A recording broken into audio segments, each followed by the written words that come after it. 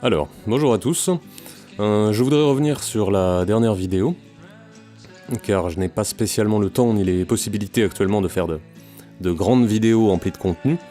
Et les deux dernières, même si ça n'a l'air de rien, m'ont laissé sur les rotules en termes de montage, ce n'est définitivement pas mon truc. Mais, pour ne pas vous laisser totalement éploré, hein, bien sûr, je me suis dit que j'allais juste faire un petit retour sur l'islamisme de juste mots pour de justes choses, non, de bons mots pour de bonnes choses, je crois. Donc, je voulais revenir sur ce sujet, mais pas pour le côté islamisme, là je ferai certainement un jour une seconde vidéo qui a trait, mais sur le côté les bons mots pour les bonnes choses. Et ça va me permettre de parler d'une distinction importante, qui est la différence entre les sujets qu'on connaît peu et les sujets qu'on connaît mal. En l'occurrence, je travaille depuis quelques temps, donc il y aura une vidéo là-dessus, un jour, sur le rastafarisme. Et le rastafarisme, de ce point de vue, est un cas édifiant. C'est quasiment exemplaire. Nous avons tous des sujets que nous connaissons peu, et d'autres que nous connaissons mal. Connaître peu, c'est différent, car au moins quand on connaît peu, on sait qu'on connaît peu. Connaître mal, c'est bien plus problématique, car on est face à un sujet qu'on pense maîtriser, alors que ce n'est pas du tout le cas. Quitte à faire des contresens ou des erreurs qui contredisent totalement l'idée première de notre sujet. Et c'est important de faire en sorte de ne pas connaître mal l'islam, car c'est un sujet important aujourd'hui. Alors que connaître peu et l'admettre, bon, c'est dommage, mais c'est au moins un moindre mal, car cela ne mène pas à affirmer des bêtises, ou moins en tout cas. Et pour connaître un sujet, il faut déjà savoir ce que signifie ce sujet, ce qu'il recouvre, ce qu'il définit, et ce qui du coup ne le définit pas. Les mots sont importants dans ce genre d'approche, car ils véhiculent un sens. Et si ce sens n'est pas le même pour tous, alors nous sommes déjà en échec. Avant de statuer, avant de juger, il faut savoir déjà de quoi on parle. Je prendrai bien un exemple que j'ai pu moi-même éprouver, qui est celui de la musique. Le langage en musique m'a mis face à deux ruptures qui ont toutes deux été très importantes, et que j'analyse aujourd'hui, a posteriori, comme un constat d'échec de la part de tous. Je m'explique. Quand j'ai commencé à faire de la musique, je l'ai fait en autodidacte, sans avoir aucune connaissance en solfège, en harmonie ou en quoi que ce soit. Mes connaissances étaient toutes empiriques, je les forgeais en même temps que je me construisais en somme. Et un jour, je me suis retrouvé face à des musiciens chevronnés qui me parlaient en charabia, du coup. Je ne comprenais rien à ce qu'ils me disaient, et pire que ça, parfois je comprenais l'inverse de ce que ces termes signifiaient vraiment. Exclusion donc par ce langage qui aurait dû être un moyen de communication, un liant, et qui finalement devenait un moyen d'exclusion, un déliant. Des années plus tard, j'ai moi-même mis un coup de collet, et je me suis fadé toute cette théorie qui me faisait un peu peur au départ. Et finalement, je me suis retrouvé dans la position inverse, face à des amateurs autodidactes, comme je l'étais autrefois, et qui me parlaient un langage que je ne comprenais pas. Parce que là, on pourrait se dire, c'est pas grave, comme tu as à la fois le non-savoir et le savoir, tu peux parler les deux, et donc comprendre ces néophytes. Mais en fait, non, pas du tout. Ce langage d'autodidacte, malheureusement, il est personnel. Il a été créé par la personne, empiriquement, parce qu'elle pensait qu'il recouvrait. Donc même en ayant eu le même parcours qu'eux, je ne pouvais pas plus comprendre leur vocabulaire que mes précédents musiciens chevronnés ne comprenaient pas, venant de moi, quand c'était moi. Je sais pas si cette phrase est très claire, mais si, j'imagine, j'espère que vous avez compris. On se retrouve ni plus ni moins dans une sorte de double rupture qui n'apporte à chaque fois que dissension, là où il devrait y avoir consension. Je vais déposer ce terme, tiens, consension, il est pas mal du tout. Je ne connais pas le langage, les autres oui.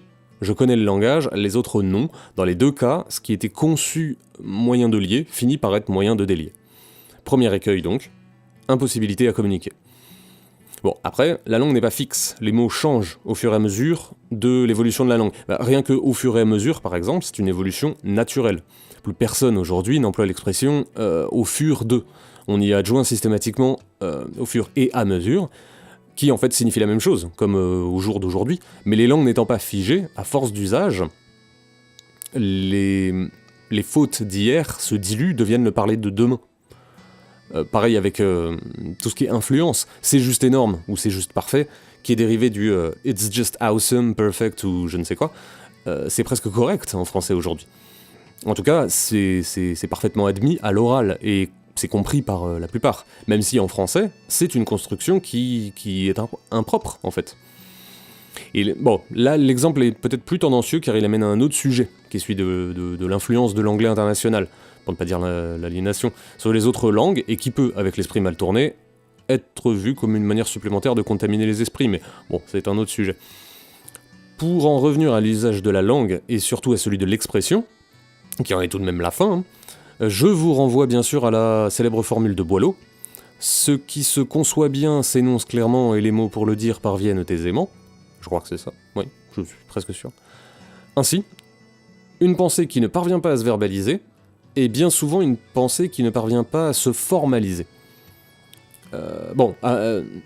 Précision, ce n'est pas forcément le cas dans les situations de débat ou de confrontation d'idées, où votre contradicteur peut avoir l'impression d'avoir gagné, ou peut avoir même effectivement gagné, parce qu'il est plus habile rhéteur que vous, tout simplement. Nous ne sommes pas égaux devant la capacité à s'exprimer. La timidité, la mémoire, tout simplement le contexte dans lequel vous débattez est un facteur important, enfin sont des facteurs importants de tout ce qui va pouvoir sortir d'une discussion. Après, si vous êtes réellement dans une position de débat, voire de joute, vous connaissez mon avis sur la question, la plupart du temps, ni vous ni l'autre ne peuvent, n'ont rien à y gagner. De toute façon, cela se terminera en autre boudin, ça n'aura pas fait varier d'un iota la perception du sujet pour qui que ce soit. Mais, quand vous êtes seul en revanche, durant les moments d'ennui que vous vous accordez, vous pouvez tout à fait mettre à l'épreuve vos jugements sur n'importe quel sujet, en tentant tout simplement de vous les expliquer à vous-même. Moi je le fais personnellement très souvent, je m'accorde de longues phases d'ennui, que j'appelle phases de réflexion, parce que ça fait un peu plus sérieux, et je parle tout seul, ce qui me permet très vite de savoir, non si mon opinion est juste, ou sensée, mais si j'arrive à la verbaliser, et donc à la formaliser. Donc au moins elle sera cohérente.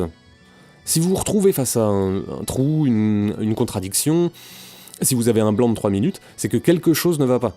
Soit vous vous êtes trompé, soit vous avez une ignorance sur un sujet que vous pensiez maîtriser, c'est toujours révélateur d'un certain manque de formalisation, qui n'est pas, je me répète, signe d'une erreur de jugement. Tout comme être rembarré par le contradicteur dont je parlais tout à l'heure ne veut pas dire que vous avez tort. Simplement, cela signifie qu'il y a encore, dans la formalisation, une carence qui...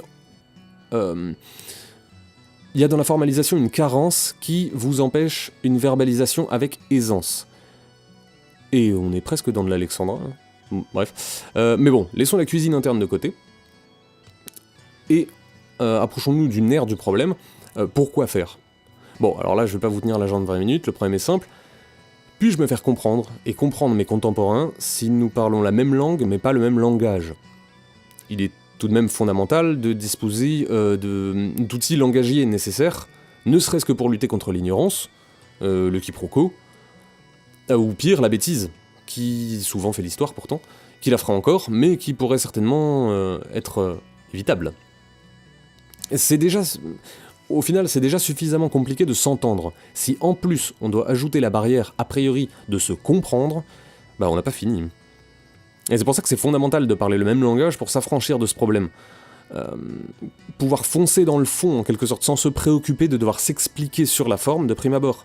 Pour reprendre le thème de la vidéo, et les termes appliqués à l'islam, vous ne pourrez pas dialoguer intelligemment avec qui que ce soit du terrorisme, par exemple, si vous n'avez pas la même définition de salafisme ou d'extrémisme.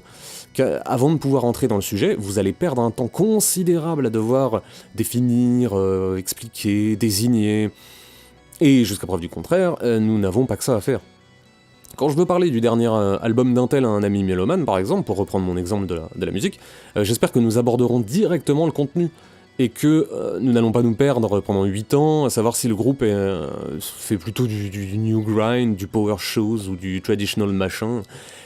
Il en est de même, et à plus forte raison, de sujets qui causent des morts, tout de même. Alors, le consensus autour de la définition peut être fort emmerdant. C'est le cas des interventions parfois très capillotractées en conférence, j'en ai vu plein, où on a toujours un cake pour nous expliquer que oui, je ne sais pas qui a décidé du sujet cet après-midi, je trouve que la question est assez mal posée, alors j'aimerais d'abord faire une précision avant mon introduction, avant mon intervention. Bon, c'est sûr que là, dans le domaine de la perte de temps, on est pas mal, hein. Mais il faut avouer que c'est un mal pour un bien. Car la plupart du temps, c'est indispensable à la compréhension commune, pour peu qu'on n'oublie pas qu'il s'agit avant tout de parler du sujet et non sur le sujet. J'ai un peu la faiblesse de croire que la plupart des problèmes et petits comme internationaux, hein, sont des problèmes radicaux, qui viennent de la racine des choses. Et la racine, en tout cas dans les dissensions, c'est souvent la communication. Je ne sais pas vous, mais personnellement, je me suis quantité de fois retrouvé en désaccord avec quelqu'un de prime abord, pour me rendre compte, au bout d'une demi-heure, que nous pensions la même chose d'un sujet qui au départ nous divisait. Simplement, en parlant différents langages, il est impossible de saisir ce qui nous réunit.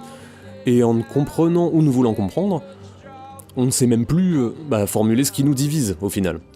En jouant volontairement avec des mots qui ne recouvrent pas ce qu'ils désignent, et vous les connaissez tous ces mots, hein, l'austérité, la laïcité, la gauche... Du coup, on se prive de toute capacité à aplanir un sujet afin de construire par-dessus. Car si la fondation est déjà branlante, d'ailleurs nous la voyons tous déjà depuis une façade différente, avec des verres teintés, qui pisaient, nous ne pourrons pas arriver à grand chose de plus que de déblayer de la poussière en fait. Sans compter qu'en plus, chaque façade souhaite que nous voyions la sienne.